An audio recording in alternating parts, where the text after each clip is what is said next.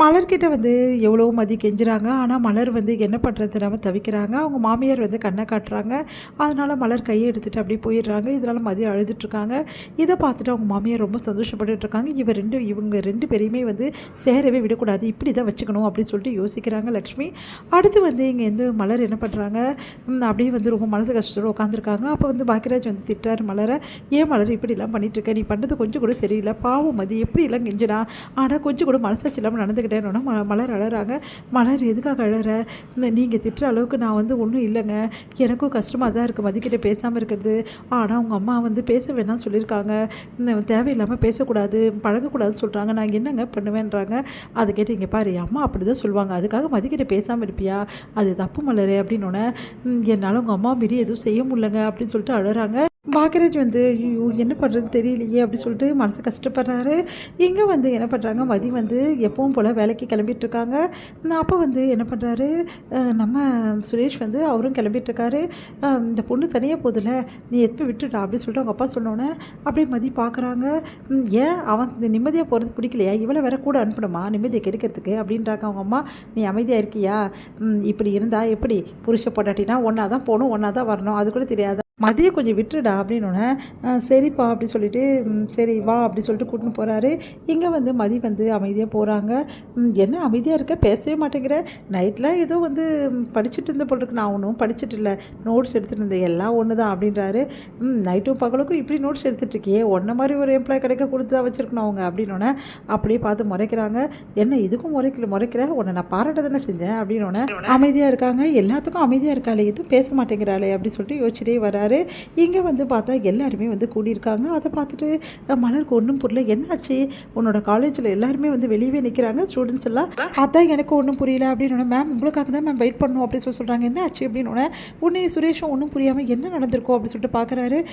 Ma'am உங்களுக்கு விஷயம் தெரியுமா தெரியாதா, என்ன விஷயம் மேம், உங்களை வந்து இந்த காலேஜ் விட்டு வந்து நீக்கியிருக்காங்க மேம், என்ன சொல்கிறீங்க அப்படின்னு. ஆமாம் மேம், நோட்டீஸ் போர்டில் வந்து உங்கள் பேரே இல்லை மேம், உங்கள் பேர் வந்து இந்த மாதிரி நீக்கியிருக்கோன்னு சொல்லிட்டு அனௌன்ஸ் பண்ணியிருக்காங்க அப்படின்னு. மதி வந்து ஓடி வராங்க. அப்படி பார்க்குறாங்க நோட்டீஸ் போர்டை. பார்த்தா ஒன்றும் புரியாமல் யோசிச்சுட்டு வந்து பிரின்ஸிபலை வந்து பார்க்கணும் அப்படின்னு சொல்லிட்டு போகிறாங்க. இங்கே இதெல்லாம் பார்த்து வந்து ஒன்றுமே புரியல சுரேஷுக்கு, என்ன நடக்குதுன்னு சொல்லிட்டு அப்படியே நின்றுட்டுருக்காரு.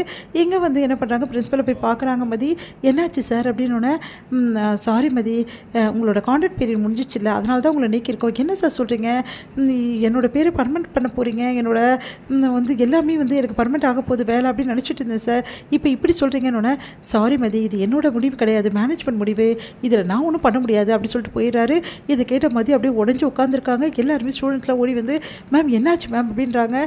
உடனே மதி வந்து அப்படியே வந்து மனசு கஷ்டத்தோடு வந்து நடந்து வராங்க. அதை பார்த்தா சுரேஷ் வந்து என்னாச்சுன்னு ஸ்டூடெண்ட்ஸ் எல்லா விஷயத்த சொல்கிறாங்க. உடனே வந்து சுரேஷ் வந்து வா உன்னை வீட்டில் விட்டுட்டுமா அப்படின்னு சொல்லிட்டு கேட்குறாரு. பரவாயில்ல அப்படின்னு சொல்லிட்டு மதி கிளம்பி போயிடுறாங்க.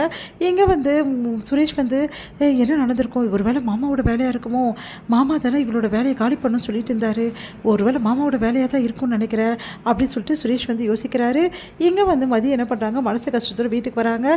இதை பார்த்துட்டு வந்து மலர் ஒன்றும் புரியாமல் இப்போ தானே போனால் மறுபடியும் திரும்பி வந்திருக்கா, ஒன்றும் புரியலையே அப்படின்னு சொல்லிட்டு வராங்க. பார்த்து பின்னாடியே வந்து சுரேஷும் வராரு. சுரேஷை பார்த்துட்டு என்னாச்சு அப்படின்னு. இல்லை மதியோட வேலை வந்து போயிடுச்சு. ஓ வேலை போயிடுச்சா, அப்பாடா இப்போ தான் எனக்கு நிம்மதியாக இருக்குது, ரொம்ப தான் வேலை இருந்து சொல்லிட்டு ஆடினால இவ அப்படி சொல்லிட்டு அவங்க மாமியார் சொல்கிறாங்க. அதை கேட்டுட்டு மதி வந்து அப்படியே வந்து மனசு கஷ்டத்தோடு உள்ள ரூமுக்கு போகிறாங்க. என்னத்தை இப்படிலாம் பேசுகிறீங்க அப்படின்னு சொல்லிட்டு மலர் சொல்கிறாங்க. வேறு எப்படி பேசுறது, இவளுக்கு வேலை போனது நல்லது தான், அந்த வேலையை வச்சு தானே இவ்வளோ நேரம் ஆட்டம் காட்டிகிட்டு இருந்தா, இவ எப்படிப்பட்டவன்னு தெரிஞ்சிட்ருக்கோம் அவங்களுக்கு, அதான் வேலையை விட்டு அனுப்பிச்சிட்டாங்க அப்படின்னு. அப்படியே மலர் வந்து பார்த்துட்டே இருக்காங்க. ஐயோ மதி பாவம் அப்படின்னு சொல்லிட்டு மலர் ஓடி போகிறாங்க. மதி இங்கே பயங்கரமாக கதறி அழுதுட்டு இருக்காங்க. மலரை பார்த்தோன்னே வந்து மதி வந்து அழுத நிறுத்திட்டு அப்படியே பார்க்குறாங்க. மதி அப்படின்னோடனே அப்படியே ஹக் பண்ணிவிட்டு அழுறாங்க. மதி கவலைப்படாத, எல்லாமே சரியாயிடும், நீ எந்த தப்புமே பண்ணலை, அதனால் உன்னோட வேலை கண்டிப்பாக உனக்கு கிடச்சிடும், நீ கவலைப்படாதனோடனே என் வேலை தான் எனக்கு எல்லாமே, என்னோட எல்லாமே வந்து வேலை தான், ஆனால் இப்படி நடந்துச்சுன்னு சொல்லிட்டு மதி அழறாங்க. மலர் ஆறுதல் சொல்கிறாங்க.